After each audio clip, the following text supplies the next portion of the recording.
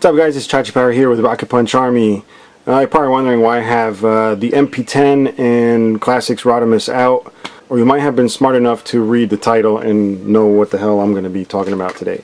But I have these two guys out here for scale comparisons of the two figures I'm going to be reviewing. Now these figures, as far as I know and what I've seen in other reviews, they pretty much were scaled for G1 figures, the ones that carried the Diaclone figures. In other words, the non-Transformers, the actual Japanese versions of the Transformers before the Transformers, the Diaclone figures. So they had little pilots with magnetic feet, and I think these are supposed to scale with those. I don't have any of those laying around. I do have some pilots. They're just tucked away in a very far away land. So the figures I am reviewing today are Function Mechanic Sparkplug and Function Mechanic Spike. Both of these figures come to us from Impossible Toys, and you'll see it says 4-piece set. Doesn't really look like there's 4 pieces in each thing, but there is, and I will show you that in a second. So they come in a very basic clamshell packaging here. Nothing crazy. This is a third-party figure, by the way, guys. Both of these are third parties, and what that means, in case you were wondering, since I do have viewers that may not collect Transformers, third party, and that applies to any toys. A lot of toys have third parties, but third party figures are something that's not officially made by the owners of the license, in this case Transformers. So you'll see it says Transformers nowhere, but if you're a Transformers fan, you will know that these are obviously figures from the Transformers show, and it's even got the whole Transformer looking background. But yeah, so anyway, these figures very, very, very tiny. They were $10 each. Just a quick little edit here, guys, because apparently I don't know what I pay for things. It's not $9.99 each.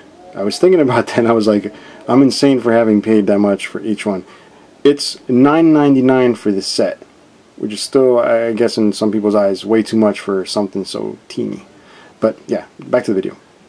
And we're going to go ahead and check them out and scale them up to these guys back here, even though they weren't really meant to scale with these guys, but at least you'll know how small they are, because I do have big hands and they may look even smaller than they are, but trust me, they are freaking small. I would say they're about as tall as a quarter round, I guess, a coin. But I have these two guys out because he's a popular masterpiece figure and he's a popular deluxe figure, so you'll see how it compares to both. So let's go ahead, and we're going to start with Spike first. So we're going to go ahead and open this up and we'll see what's going on. This should open up simply enough. Now, it's got a little card inside. It looks like it almost is printed on an inkjet printer. It's not. It just almost looks like it. It's just cheap cardstock. So in here is a toy. Kind of have to be careful because there is a tiny wrench. I'm going to have to use a macro lens to show you guys this, but it is just so freaking tiny. Look at this. An actual figure, and it's not too bad. I mean, it's, to me, it's a more detailed than the figure that comes with the MP10. I don't see it being any worse, but we'll check that out in a second. Yeah, so he's got a little tiny wrench, which I should be able to pick up with my finger. Please work. Or not. There you go. Little tiny wrench. Very, very small. And then he's got a little hard hat. Again, I'll show you guys close with the macro lens. Little hard hat right there on my middle finger. And a little display stand. Alright guys, so here's the little wrench. I have it on the paper there. It's so tiny. Let me see if I can put my finger in here somewhere. There's my index finger. That's how small it is. It's pretty much useless. I thought the hands would hold the wrench. They don't actually hold it. I'm not going to bother too much with this wrench because it will get lost. And I'm sure it'll get lost while I'm doing this review. It's kind of tough to film with this lens because it doesn't focus on its own. I actually have to bring it up close. So what I'm going to do is put him on the stand, so I apologize for it being blurry. I'm glad I remembered the camera does come off the tripod to make everything much easier. Again, finger. Look how ginormous my finger looks next to it. But at least this way, I'll try and hold it as still as possible if I can, but at least this way you can see the details on the figure. So we're going to go ahead and put the cap on. the hard hat. Alright, another useless accessory. That hat does not even really stay on. I have to balance it on there. You'll see how easy it falls off. Just ding! That's it. Gone forever. So, I don't know what to say. I mean, it kind of would just look good on display if you leave it alone, but as a figure, it pretty much sucks. I mean, it does have articulation. Move the arms up. You can sit them down if you wanted to. It's just so tiny. And Sparkplug is more or less the very same thing, just a little bit thicker than the Spike, who's over here somewhere, unfocused. Yeah, I mean, these are not meant to be great figures. They are articulated, which is nice, but again, this one, the hard hat falls off very easily. So, I mean, 20 bucks sitting right here. So I don't know if it's worth it to you guys to put these on display somewhere, sit them inside, you know, some of the vehicles or whatnot.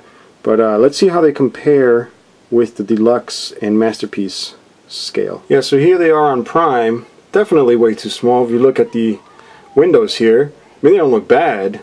They're just not in scale. So definitely a little bit too small for that. Just make it look much more menacing here. But yeah. But I think they're cool if you can just display them with a properly scaled robot or vehicle. And here they are in the deluxe size, right here. Not too bad. Now we'll see how they scale at Prime's feet. If we just scroll down here a second. Where are they? Where are they? There they are. Teeny, teeny, teeny. And here they are with Rodimus. And here they are with him in vehicle mode. Way too teeny. Those would be like 34-inch rims right there. But yeah, again, these are really for the G1 figures. I have seen reviews, people comparing them and sitting them in fine. I don't have any G1s that are transformed in vehicle mode. I don't like to touch my G1s once they're in a display case because, you know, I break stuff. So yeah, so at least you know how these guys scale, what they're made out of. I didn't even tell you what they're made out of. They're just little PVC figures with plastic bases. PVC wrenches and probably PVC helmets also. I got mine from BBTS, and I don't know. I think it's only for hardcore fans. I picked them up because I would like to display them, even though they're off scale. I don't really care. I'm just going to put them in the display case anyway, just to add a little bit of flair or whatever you want to call it. But that's going to be it, guys. I do have another Impossible Toys review coming up very soon of the exosuits. So if you're planning on getting those, stay tuned for that. And until next time, guys, bye bye.